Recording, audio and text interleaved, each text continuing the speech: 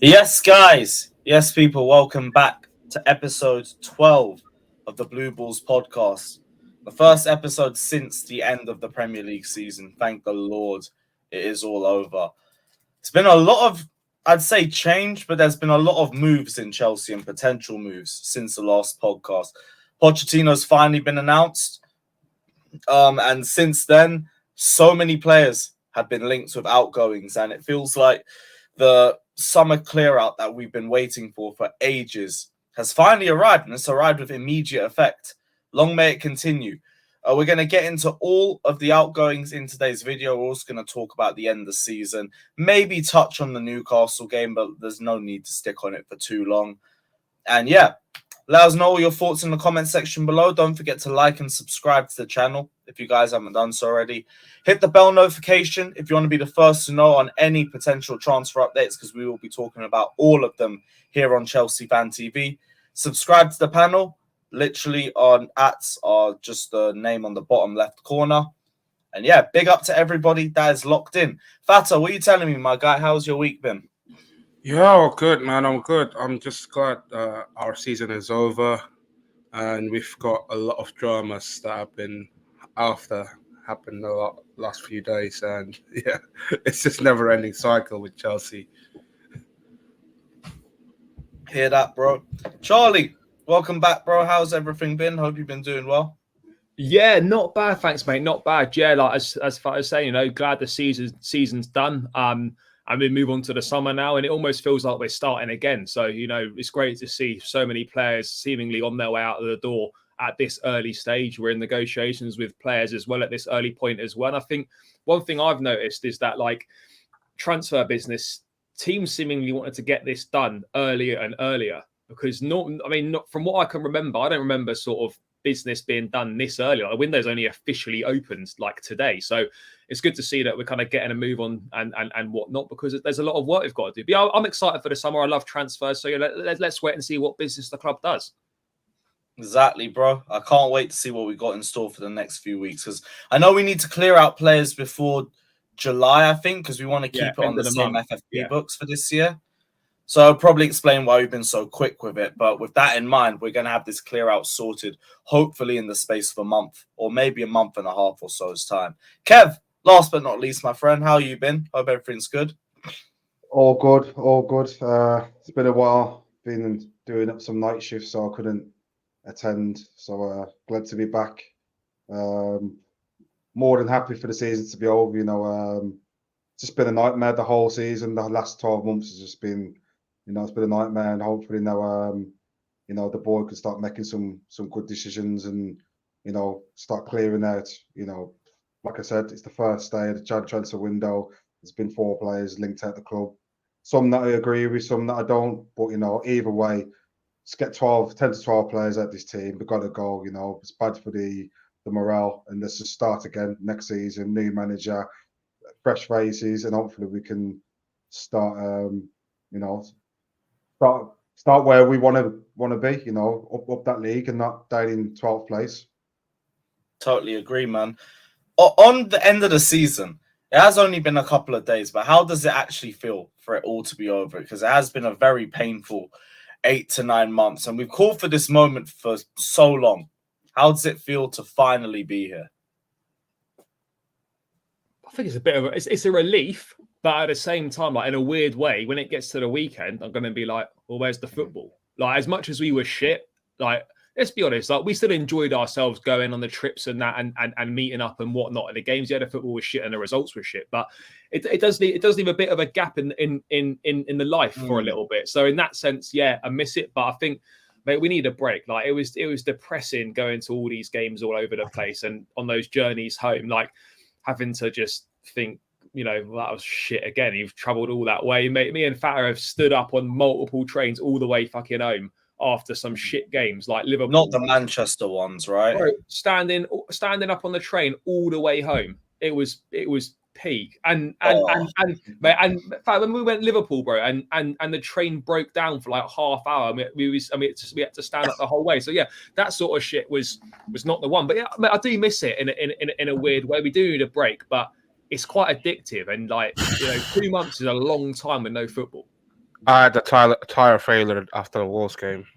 Yeah, you were meant to come to my birthday. Yeah, I'm glad I missed that one.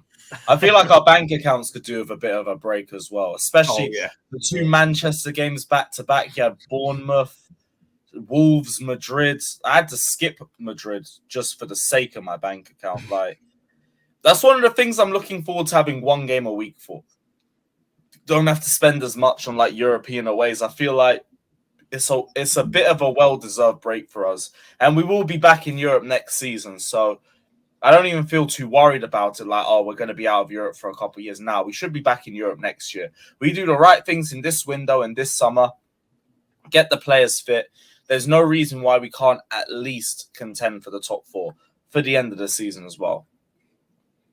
But on to the Newcastle game. We don't really need to touch on that one for too much. It was the most pointless, I'd say boring game in existence. I barely remember anything from the second half other than the Sterling misses. It was just a game I wanted to be over and done with, just to have the season finished and finally just sign out. But at the very least, it was good to see Thiago Silva win Player of the Season. I was a little bit worried someone else might win, and I thought even if it was the like of a Badiashile or an Enzo or Reece James, I couldn't see it. The only player that's been consistent for us throughout the season for me has been Thiago Silva. Do you guys see anybody else that could have potentially won it, or were you guys happy with the decision as well? Mate, it's no one else. It was the most obvious decision going. Like, anything else would have been an absolute joke because no one else has deserved it. Like, the names you mentioned, probably. Maybe saved us a couple games, cost us a couple games. It's only because our defense is so poor in some games that he looks so good. But when you look at how many players we went through, 32 different players, something ridiculous like that. And to think we had 32 different players wearing a shirt throughout the season, and there's only one player you can say that wore the badge of pride, goes to show how much Deadwood needs to be cleared out the team. You know, I can only think of Thiago Silva and Kepa personally. Apart from that, Chilwell, James, the usual other players that are consistent. They was consistently injured, so you know it's just been a bad season. And when you think they've had to cancel the after season trophy parade, you know, the awards ceremony, they've had to cancel it. That goes to show, you know, how bad that team was last season. But last season, like I said, hopefully we can, you know, get some new faces in. Hey, there's something that we can cheer on. At least the ladies done a job in the Women's Super League. Yep. Screw Man City's 3-peat. We have a 4-peat. You know what? That's a very fair point. And a double at that as well. Yeah, double. Did they go through to the Champions League final, or did they get knocked out? Semi-final. Barcelona, wasn't it? I think knocked them out. Yeah. No shame in losing to them. I think they're like by far and away the best team in the world. Yeah, them and Lyon are the two best teams. Yeah, no shame in that. We'll take the double and a 4-peat anyway. But straight after the game, we had Thiago Silva win Player of the Season. Conor Gallagher won Goal of the Season. I personally wouldn't have given it to any of the men, but it is what it is. Lewis Hall won Academy Player of the Year. I think that one's well deserved as well. He's basically been our best left back this season. Yeah, possibly. I mean, I'd still say Chilwell, but I mean, I get what you're saying. I think Chilwell had a very good run of games, and then obviously he's been injured for large parts of the season as well. So he needs to be fit next season. That's one thing we've got to sort out, isn't it? His medical department and the injuries. Way too many. Like, I don't know what we're doing. Are we like, is the training we're doing wrong? Like, are the bodies breaking down easier because we're not fit? Players are being rushed back seemingly too quickly because they're coming back and then they're getting re-injured again in the same injuries that they had before. So the medical department, for me, yes, we talk about outgoings, incomings, and key positions. Hey, we've got to sort the medical department out. There's no point having all these good players if they're just all on the treatment table. So that for me is just as important as anything else, because it's been an absolute joke. And it's not just this season, it's the last couple of seasons. And it's not just one or two injuries. Mate, like, to be deep that the last 4 or 5 weeks, we've had basically another injury. Every week there's been a new injury. Yeah, something's not right. And it's an absolute disgrace what the board have done, what they've done to the club. They've got rid of the medical staff Bromwich had. They've got rid of even the groundskeepers, man, they've got rid of all the people, the chefs. They've completely cleared out the whole backroom staff and brought in their own staff. And that's the reason why we're getting so. Just imagine they've got all the medical history for all the players, you know. So if you bring in new medical staff, how are they supposed to, you know, how are they going to keep track of what's gone on the last 3 seasons? That's the reason why I think we're getting so many injuries. There's got to be some reason why, because it wasn't like this last season. You know, last season was probably one of the fittest teams in the league. This season, totally different. So there's got to be some it's the medical staff. They've got to change it as soon as possible, because I can see it happening next season. You know, and poor management by the managers as well.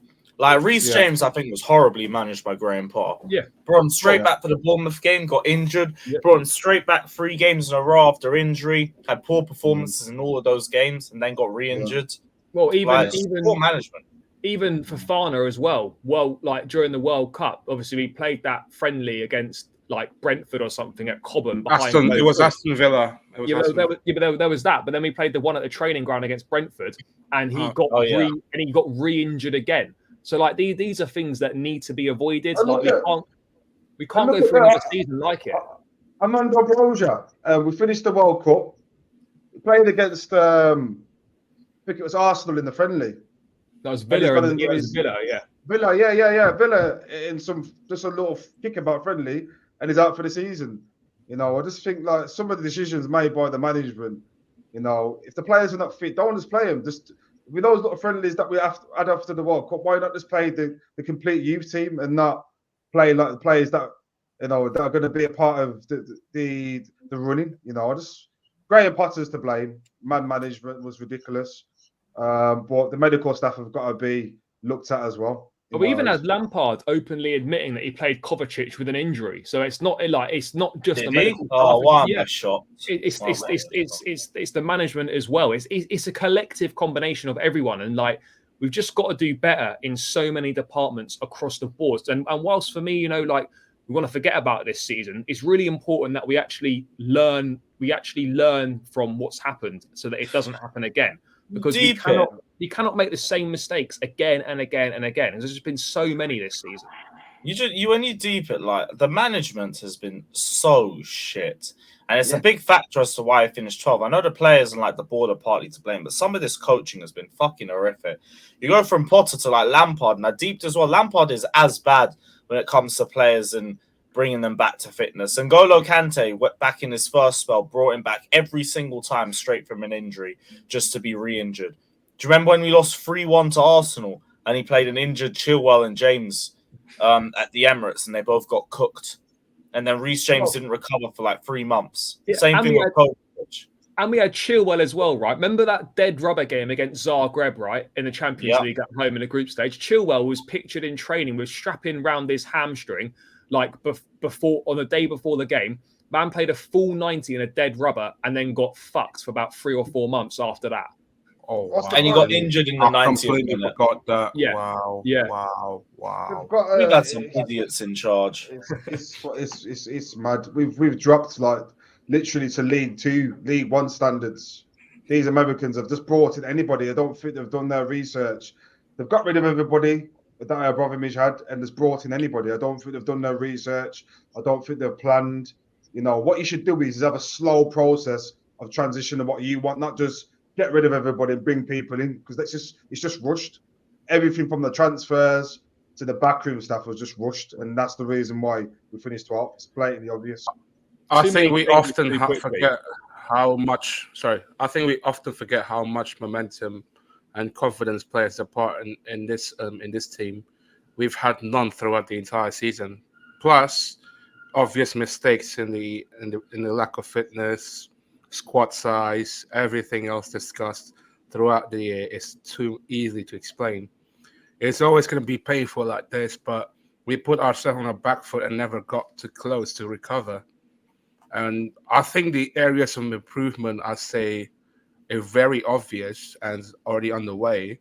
Poch coming in right now, for the squad profile that we've got right now, the DM recruitment is clearly the priority, and which are already underway. And we've got a lots of young players in our team, and all we need now is some sort of We need to get more experience headed to the team, like serial winners that can get this mentality to these young players. What I would just want to quickly say is like people have a go at the ownership and like at Chelsea and whatnot for signing so many players in January. But the reality of the situation is, for me, is that like the recruitment under Roman for the last 3-4 years was shocking. There was no planning at all. There was nothing. There was no thinking about profile of players, no thinking about players that might fit in the team. And the reason we've had to go and buy so many players all in one go is because we've neglected the squad and investment for 3 to 4 years in the key areas. And then it's all come at once. We've had to buy everyone. No midfielders signed since like 2018 until January. Like not thinking about strikers, not thinking about defenders, like no succession plan. Where was the planning? Like Rudiger and Christensen go on freeze. We had to sign 2 centre-backs just to stand still. There's no thought process. I'm not having a go at the previous regime, but we've got to criticise it where it deserves to be criticised. And for me, the recruitment was shocking for the last 3 or 4 years. And we're paying the price for it now. We've had to sign so many players in January to make up for that severe lack of investment. What I see is, though, is this quality over quantity. I think we've brought into. I think at the start of the season, we only needed probably 4 players. We didn't need all those players, and in January as well. I think we just need quality over quantity. Okay, all these youth players have got potential, but it's just potential.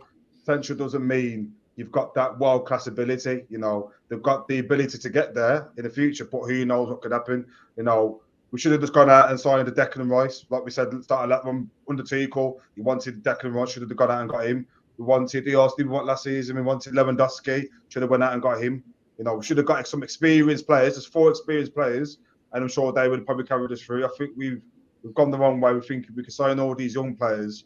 Okay, they've got ability, but they're not going to win you trophies. They're not going to pick you up when you're in a bad run. You need experience heads in there, like you said. Thiago Silva's, the Kante's, the experienced players that have been there, done it.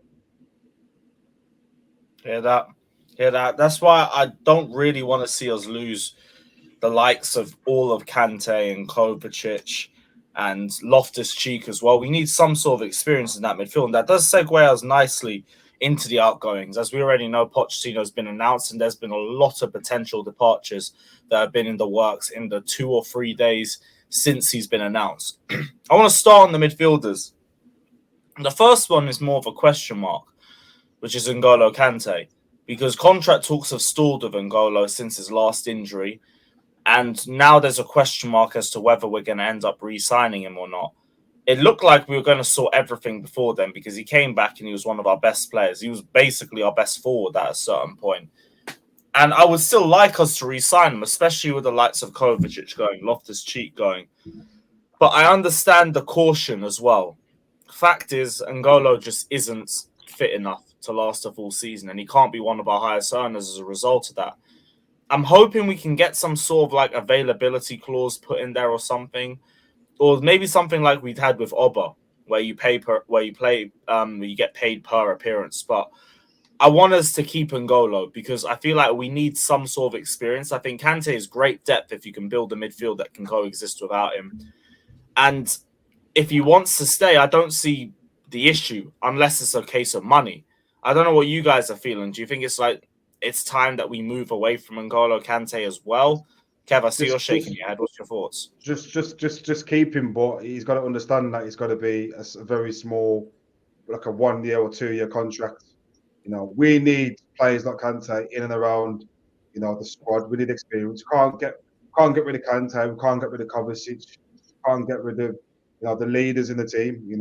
We need him in and around the team, and he can give a bit of experience and a bit of guidance to some of the youth players coming through as well.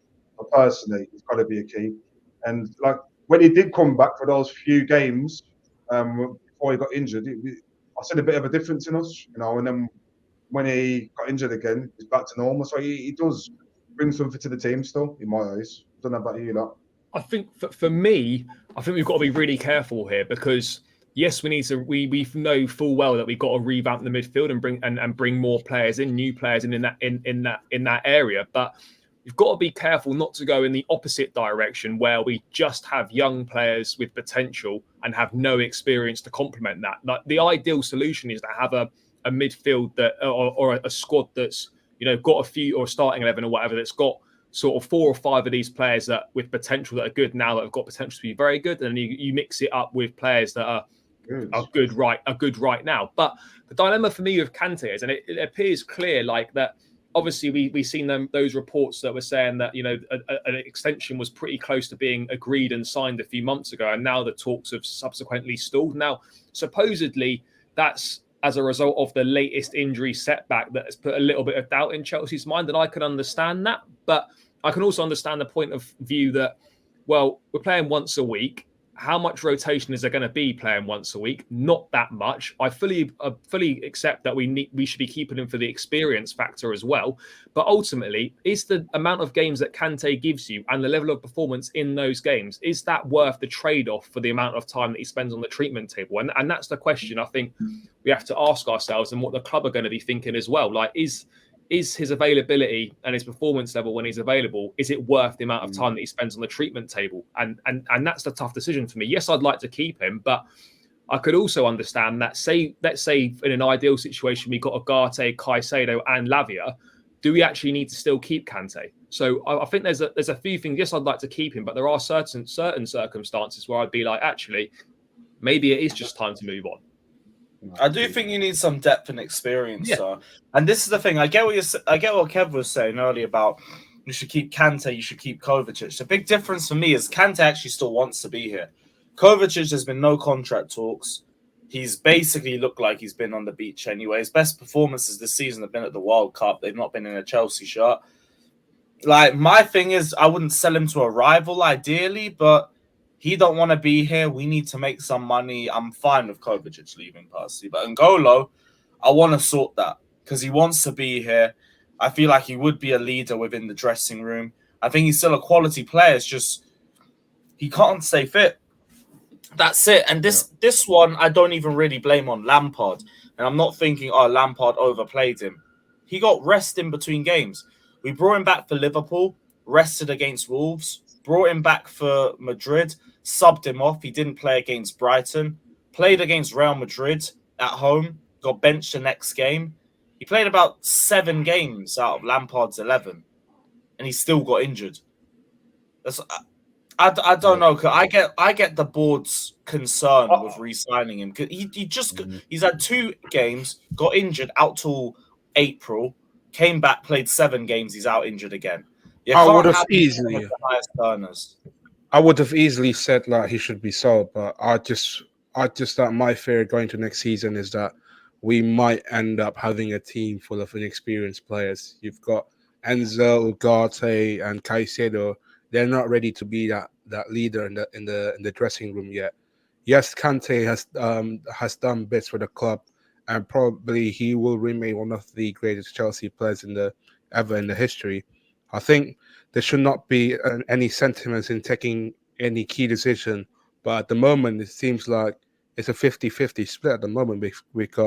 Because we're going to lose a lot of senior players in our team, and the only players that still stay in the club is right now. It's like Thiago Silva. He's become the only leader that we've got in the dressing room. Aspie's going to be gone. Kovacic already almost out the door. It's like almost 95% from that Champions League winning team is going to be gone in a matter of weeks.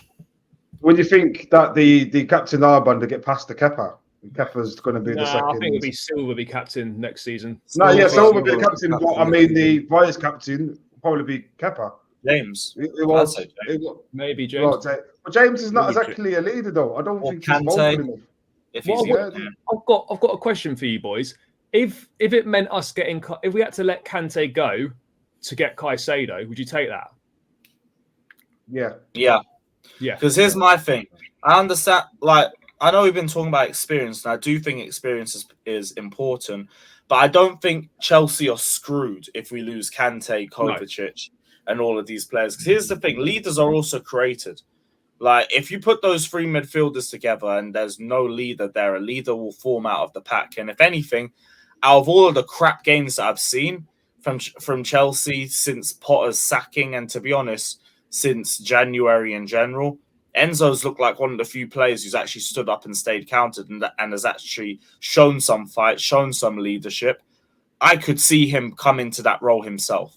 So I don't think it's the end of the world if we lose all of them. I would ideally keep Kante just for, let's say, a bit of a smoother transition and also some very insane depth if you can keep him fit. But if you can't, I get the board being iffy about this. Like, he's one of our highest earners. He can't stay fit, and you need to be available to be on those sorts of wages. That's the whole reason why we gave him those wages in the first place. Under Sarri, under Conte, he played every single match. Even the midweek games, a full 90, every single match. He was one of the best players on the pitch. He commanded that sort of price tag. Now, he doesn't, because he can't stay fit. Is it like Mikel's situation, though? Like who?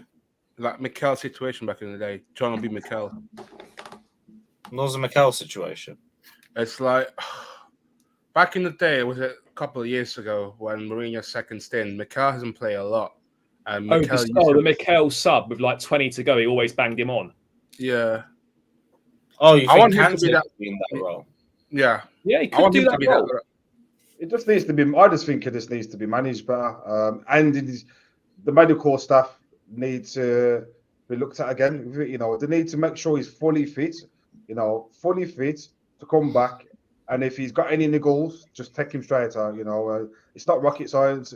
If he's got any niggles in his hamstring or whatever part of muscle he's getting these problems with, just let him have a rest.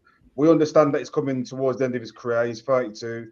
You know, when you pick up injuries at that age, you know, it's harder to recover from when you're 22, 23. Your recovery periods are a lot more quicker. But when you're in your 30s, it's going to be a longer. So considering we've got a short number of games to play, I think he would be good as a squad player. I'd keep him. This is the thing with what you're saying. I get what you're saying, but I feel like the medical team actually really took their time with N'Golo. He was meant to be back like around February, March. We eased him in very slowly to get him ready for the Real Madrid ties. Like, he played 50 minutes against Liverpool. Then he played about 60, 70 against Madrid in the first leg. Like, we gave him games off in between both of those matches. Still lasted 7 games and he was out injured. I just feel like his body just isn't at that level. I think his style of the way he plays as well. Maybe if a manager told him, okay, stop pressing up so high up the pitch, you know, Lampard. Oh, mate, we did a couple of games. I'm sure he did. Yeah, he brought him on like he's like money. Just to say to him, instead of pushing up so high up the pitch and doing all the running, just sit back and with the DM instead of being, you know, the pressing ball winner. Just be the defensive holder instead, and maybe that would make a difference. Maybe he needs to change his style of football, because we all know Kante used to put in 7-8 miles a game every single game. But that's also why he can't really do DM, because he likes to just roam. You don't like sitting. Yeah, but he's been putting in that situation since what? Sarri days. He's been more of an advanced role. Yeah, he's a ball winning midfielder. So what I would say. One thing that I think would make a massive difference if he actually wants to prolong his career at Chelsea and just in general, he needs to retire from international football, because he needs that downtime to do training and whatever at Cobham. Deschamps don't care about him. He needs to retire from international football. He has to. I don't think he'll get in anyway. No. He's still getting. Nah, he's still getting to the squad. He still gets in a squad. Deschamps don't care about his injury record. He could be straight back off the fucking hospital bed or put him in the next international line. Bear in mind, Euro is next year. Like, Euro is next year as well. Is he gonna want to risk? Yeah, he won't retire till that's over. Yeah, at the least. But that's the sort of thing that would make a difference to him being more available, I would say. But ultimately, that's obviously down to him. Yeah, we'll have to see what happens on the Kante front. On Kovacic, though, this one feels a lot more straightforward. He's going to go to Man City. Chelsea have agreed to let Kovacic speak with the club. I think they're close to agreeing personal terms. Chelsea only won about 35 to 40 million for him. Looks like it's already straightforward. It's done. And Kovacic will likely be a Man City player. Probably will do well there, to be honest. Yeah, system-wise, like in Pep's system, I think he'll do much better there compared what we got at the moment. And plus, you've got that depth in that Man City team is absolutely crazy. You've got Gundogan, He might go, Kovacic, though. you got De Bruyne. There's like loads, man. And I just wish we could take something from that deal, like maybe a swap with Alvarez. But I'm pissed. I'm pissed about it. Selling them to our direct right. We're making Man City stronger again. Why? I just don't get it, man. I just don't. Just hold on until someone abroad comes in for him. If he wants to go, to say, look, we're not selling here to a direct rival. Sell him on abroad. Don't sell him to a direct rival. He comes back and he plays against us, and he probably ends up banging, or because Kovacic is a brilliant player on his day. I just think his heart's not in the club anymore. He wants to leave. Yeah, but there is a fantastic player there. So you're selling him to a Man City under Guardiola's. Imagine him and De Bruyne and Rodri and all the rest linking up. It's just going to be mayhem. What I would say on Kovacic is, like, it's clear that for the last 12 months he's been on the decline. His head's not at the club anymore. He doesn't want to be here. That's fine. No problem with him wanting to go and have a new challenge. I think people worrying about him going to City, for me, like, he's probably going to. I think Gundogan's more than likely going to leave on a free, so he'll replace him in the squad. He won't play on a regular basis. But for me, with Kovacic at Chelsea, I look at it and we've got no goals or assists from midfield. Kovacic provides us with zero output from midfield. A couple of worldies here and there every so often, but no goals and no assists from midfield. In City, that doesn't matter if you go into that midfield and you're not contributing anything goals and assists-wise, because you've got Bernardo Silva, you've got the likes of Kevin De Bruyne and stuff that do that stuff. So that doesn't really matter. It doesn't really matter that he's not doing that. At Chelsea, when you've got no guys in midfield contributing with goals and assists, on a weekly basis, turning up and offering nothing in the centre of the park that's a massive problem. So whilst from an experience factor, absolutely get it. But I look at Chelsea and I think, are we actually going to miss Kovacic that much? He's like one of those players that I think is a top midfield player and has been a good midfielder, but he's one of those that when you actually... I don't think Kovacic is... I don't think the way he plays is suited for a sister. I think he's one of them players that gets you out of the tricky situations coming out from the back. So... when Pochettino had Moussa Dembele, one of the players where in a tricky situation, just in our area or just outside in our own half, you can dribble out and get into a position where we can get on a counter attack. I think that's his style of football. He never really gets to assist, and he never really scores. But in a Man City team, for less at City though. That's the thing. Yeah. We need him to do a lot more. We need our players to do a lot more because our system isn't as cohesive. Yeah. So at City, he'd probably do very well at City, but the reality is that, like, his output is not good enough at Chelsea, and we need output. So, and he's going to get us a half decent fee. We signed him for 40 odd million, whenever it was in the transfer ban, and we're probably going to get roughly the same amount for him again with a year left on his contract. So I think he doesn't want to be here. We need to raise funds. That's not bad business. It's a pretty good deal all round. So who would you have as obviously you got Ruben Loftus-Cheek, who's a ball-carrying midfielder. You've got Kovacic, who's a ball-carrying midfielder. Those two are going. So who would Lavia be the ball-carrying midfielder? Because I think in a three-man midfield... No, that would be Manu Kone if we get him. Or maybe Caicedo. Because Caicedo can do both of us. Yeah, that's what we need. We can't get rid of two of our ball-carrying midfielders and just have two DMs. Because Enzo's not a player which is going to...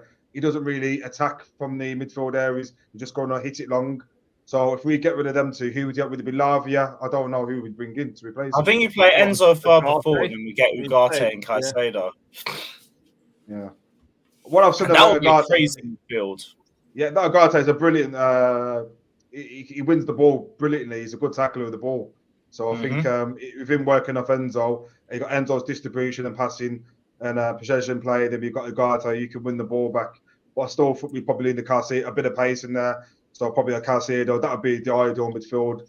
And obviously the all Spanish-speaking players, all from South America as well. So you'd have that kind of connection in there as well. So that's communication as well is the key. Yeah. Oh, yeah, we got some Latina in the midfield, man. Probably Latina up front as well. So. But yeah, I look forward to seeing what our new midfield is going to look like. If we can even get Kone as well as the other two, hopefully keep N'Golo as well. Maybe bring in Andre Santos or something as depth or something. You got a pretty decent midfield there, and it starts to fall into place really well. Ruben, as we already know, likely to go to AC. Cassidy, forgot about him. Oh yeah, Cassidy as well. There's a good chance of him. I don't know though. I feel like he goes on loan to a Premier League club or a Championship side. He needs to play some top level football. I think he's doing really well at the under-20s World Cup. But let's remember though, this guy played no senior football at Inter Milan. The only senior football he's played is half a season on loan at Reading. And so he needs to go and play regularly in a top league, whether that's in Europe somewhere, whether that's the Premier League or whatever. This guy's going to be good, but he's not ready for the squad now. I think it's the same with Andre Santos as well. Like, never played outside of the Brazilian top flight. He needs to go and play on loan. Some rumours of him maybe going on loan to Sporting Lisbon as a Ugarte replacement, which I think could be very good for him potentially. So, yeah, we've got good youngsters, but those guys, for me, I don't think they're quite ready yet. Yeah. Would you guys? This might sound crazy. Would you guys want Gundogan at Chelsea? On a free, I'll take it. I wouldn't start my nose up. Yeah, 100%. On a free, absolutely. He's a leader. He's the man. He's exactly what you need, a leader, and that's what he brings. For me, it doesn't really matter. Yeah, okay, the quality, we need quality, but leadership is as important as quality for me. Because at the end of the day, who's going to be that talker in the midfield? You know, you got Thiago Silva there. We had Jorginho in front of him. Both was very good talkers. Now Jorginho's gone. Kante is going, Kovacic is gone. We need someone who can sit and just say, you know what, bring the midfield closer to me and just be a talker, be a leader in there. So, Gundogan, if he was available, 100 million%. And then when we're in the title race, Gundogan comes alive. So that'll sort us out nicely. On to another midfielder, though. The big topic for Chelsea over the last 4 months or so. Mason Mount. Mason Mount has agreed terms with Manchester United, allegedly, and United have dropped an opening bid of 55 million for Mason Mount with a year left on his contract. Chelsea won 85 million. There's a 30 million pound split in between the club's valuations. Although I do think that they're going to come to an agreement. I feel like Chelsea are going to end up lowering their valuation and accepting a bit less. Well, what's you guys' thoughts about the whole situation? Because it's only been a couple of days since Pochettino's appointment that this has accelerated. And in spite of hearing that Pochettino wants to try and keep Mason Mount within the squad. Kev, what are you saying? I'm gutted. I'm so gutted. I just don't want it to happen. I'm begging that Posh can turn it around. You know, I think Mount he can be used in numerous positions. It's from what I can see and what I've seen, he's Chelsea through and through. If he joins United, that's just dead. You know, if he joins United, Chelsea through and through, you can never ever say that he was. You know, I just think the last year he's been in the decline. I think it's just the management. You know, there was got to have been something behind the scenes which has led him to want to leave. You can't just go from back-to-back player of the season, Champions League winner. He got in a team top 11 player in the world in the Champions League only a couple of seasons ago. You know, for him just wanting to leave and not being a shadow of the player he was. There's got to be something going behind the scenes which wanting to leave. But if he's going to leave, I'd want him to go to Bayern. If you're Chelsea through and through, like you said, don't go to United. Don't go to United, man. Like, you know what I mean? Because they're your direct rivals. It's not like City. City, for me, go to City. They're not exactly a direct rival, but Man United, I know that many Man United fans. If he plays, goes to Stamford Bridge and scores, the stick that I'll get, you know, I just don't want it to happen. But you know, he knows. I just hope it doesn't happen personally. Yeah. Unfortunately, we lost a lot of players in the past. We lost Matic, we lost Makelele, we lost Hazard, Robin, Mata. I could name countless of players that have been a massive De Bruyne, player Salah, for our team. Mo Salah as well. De Bruyne. Like, unfortunately, there's no loyalty in football, man. And when it comes to Mason Mount, it's just what I'm concerned is that the off the pitch, you know, the constant toxicity. I feel like it's showing no sign of diminishing, and it has reached to a point where any discussion about Mason Mount cannot be conducted in a fair and respectful manner due to the specific segment of the fan base.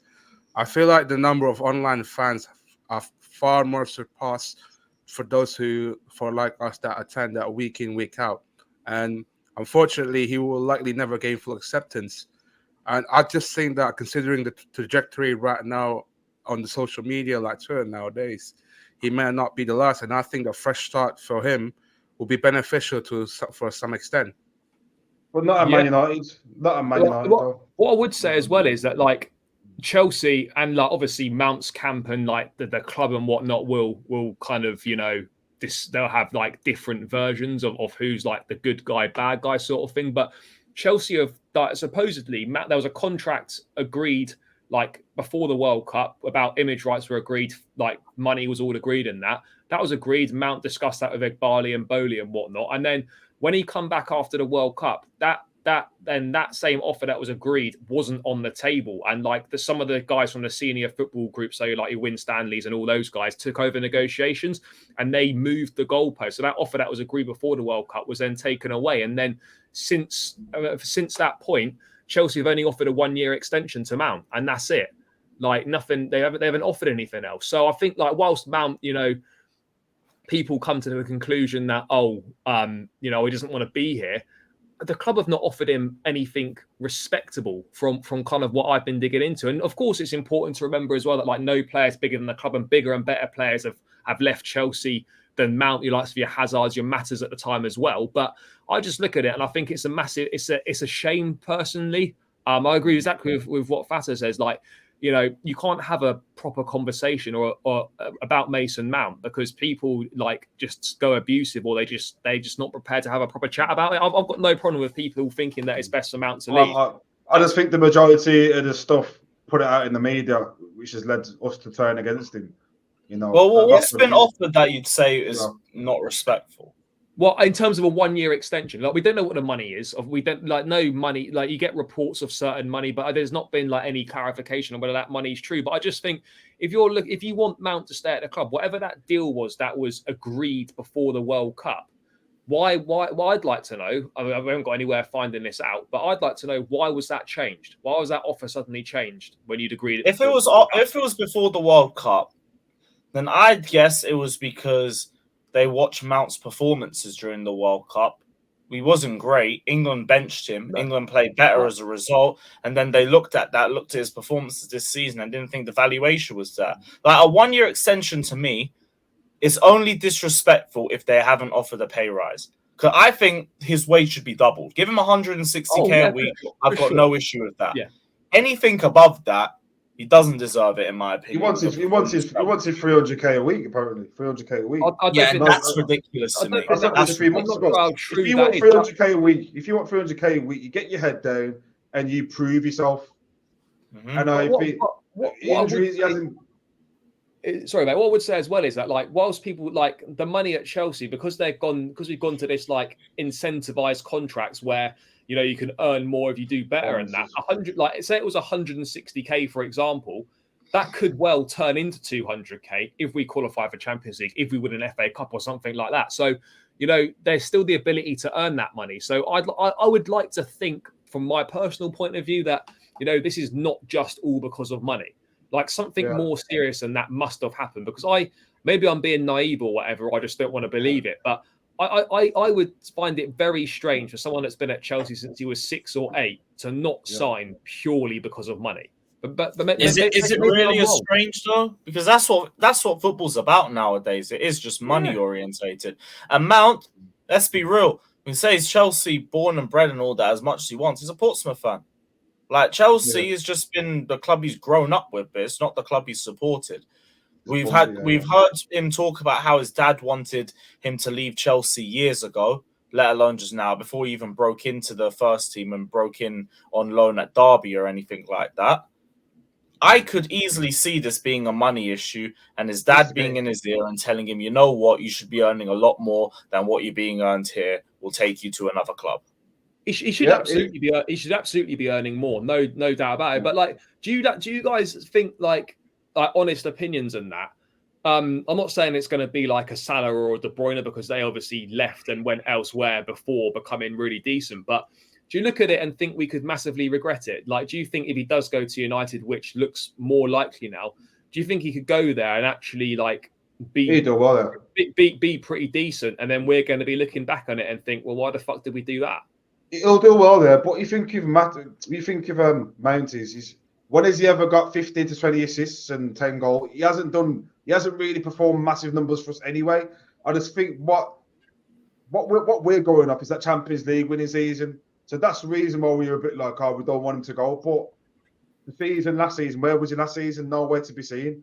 There's players in the Prem. There's James Maddison, for instance, he's 100% available now. That could do a better or someone involved in Mount. So as much as I don't want it to go to Man United, I think there's players available right now that could bring in similar numbers, if not better. James Maddison being one. We've got to go for a player similar to Mason Mount. He's going to bring him numbers, but if he wants to go, let him go. Take £70 million for him tomorrow. 100%. For me, I think Mount will be a squad player at United. I don't think for a United side that would be contending for a league title, he'd be starting. And to be honest, a Casemiro, Mount, Bruno midfield sounds hideous. It sounds so terrible. That is like dispossession FC. Could you not see it maybe though if he goes with like Casemiro as the DM, Eriksen and Mount as 8s, and then Bruno can go and play as the 10? Maybe, but there's still no ball retention there. Yeah, maybe. I mean, yeah, possibly, but I mean, I don't know. Mount and Bruno in the same midfield is a recipe for disaster. Do you think we'll regret it though, Lewis? Do you think we would?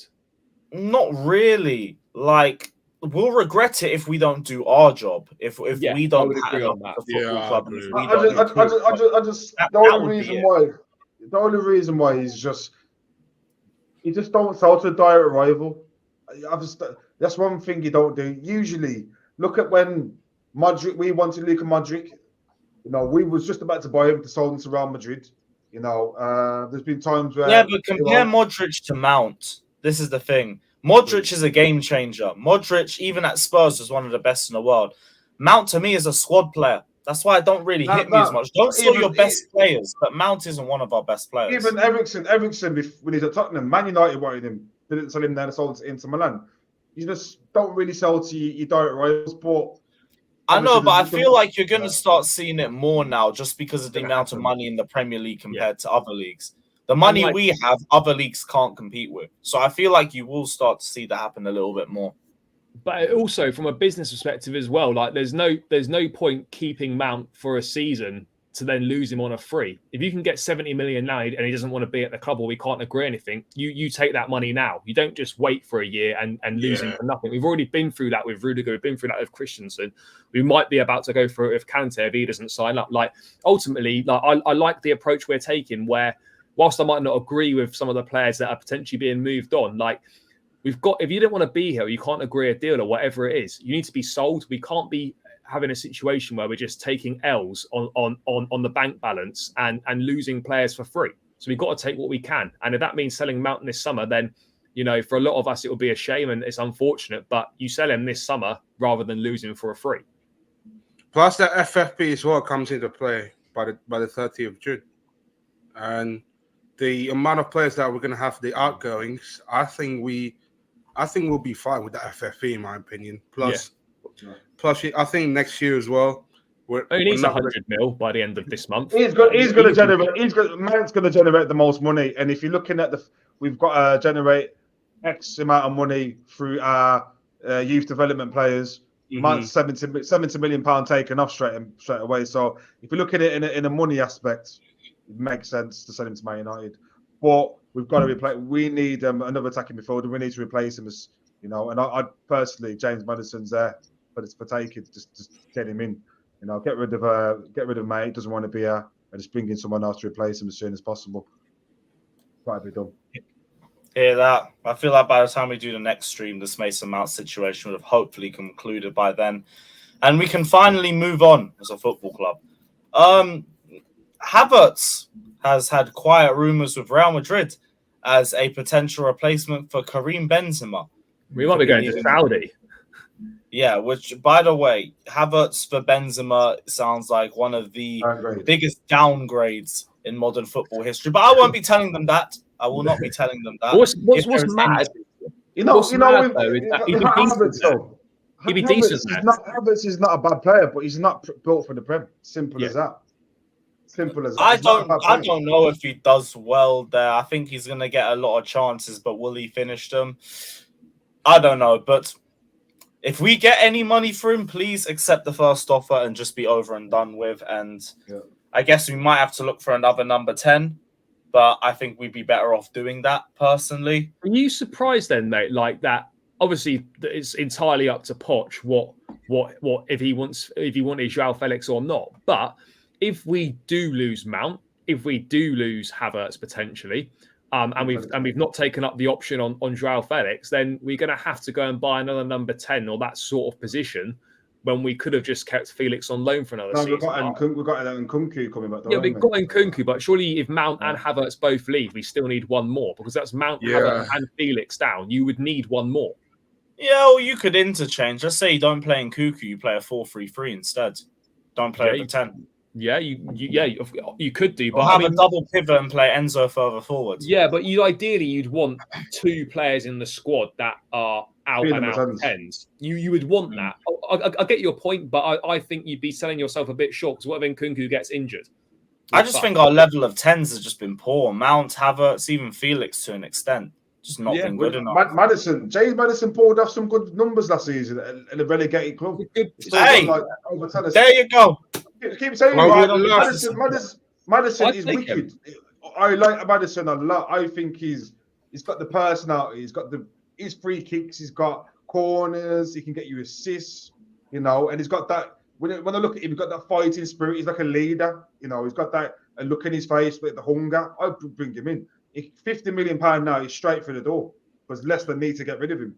So worst case scenario, we might get a proper striker like a Ivan Toney because of let's say if the bet case doesn't go through, either we bust or we're gonna have to get another striker like Osherman in that sense, or maybe bring back Lukaku. But I just think Lukaku's going to stay at Inter, isn't he? Yeah, I think so. I don't think he'll stay in. Well, Inter could offer a very cheap base wage, and he'd have to lower his wage demands. But it could happen. Lukaku cannot come back to us. He can't come back. He's burnt the bridge already, man. He can't come back to Chelsea. I'm off that. But by the way, how mad is it that he's with Megan the Stallion now as well on a slight side tangent? Have you seen that? That's a crossover I did not expect to happen. But that's a mad crossover. Maybe I'll explain Lukaku's turn in form. Yeah, maybe that's his turn in form. That's the difference, isn't it? But we obviously need a centre forward as well. Like there's a lot of shit we still need to do, but I don't know. It's tough though, isn't it? Because like you see all these players going out and it's great, but as we were saying, selling Mount or not keeping Mount only is going to be beneficial for us if what comes into the club is better. Otherwise, it doesn't make sense. So we've got it's all very well getting rid of these guys, but if we're not bringing in quality replacements, then it makes a mockery of what we're doing. Got to be better. It's got to be. You've got to be bringing in a better quality of player, and ultimately, we're not going to get Declan Rice. So I feel we have to get Caicedo this summer. If we don't get Caicedo or Rice, we're in a tricky situation. We look very strong on the Caicedo front, though, that everyone's saying to expect a move from Chelsea in the coming days. I feel like we're going for him and Ugarte, maybe one of Lavia and Kone as well. It feels like you're going to see a complete transformation in our midfield, and it has been so overdue. I can't wait for next season. I can't wait to see what our squad looks like. Man, we need to get a shirt sponsor first and a new kit before anything starts next season. The new kit design looks good. Have you seen the leaks? Yeah, it was on FIFA, wasn't it? Yeah, it looks nice. Allianz, isn't it? Allianz. Well, supposedly, yeah. I mean, they're going to have to get a move on with it because everyone else is releasing their fucking kits. We don't even have a sponsor. We're just fucking behind and everything, mate. It's the club basically what we've done. When you got Ultimate Team and you've had enough, you just press reset club. That's just been Chelsea the last year, isn't it? Like literally, it's just. But we still. Just got to stay upbeat and just think that we've got owners that are backing us. It could be a lot worse. We could have owners that You know, a lot of the Glazers, when they took over, not looking to spend the cash. So in that aspect, we are splashing the cash, but they need to learn where to splash it and not to splash it on anybody, because that's not going to win us games. It's not going to win us trophies. It's going to be a very interesting end towards the transfer window, but I can't wait to see what it's going to be like over the next few weeks. Let me know you guys' thoughts down in the comment section below. As always, don't forget to like and subscribe. Everyone's socials are on the left-hand side of the screen. And it has been episode 12 of the Blue Balls podcast. Like, subscribe, and as always,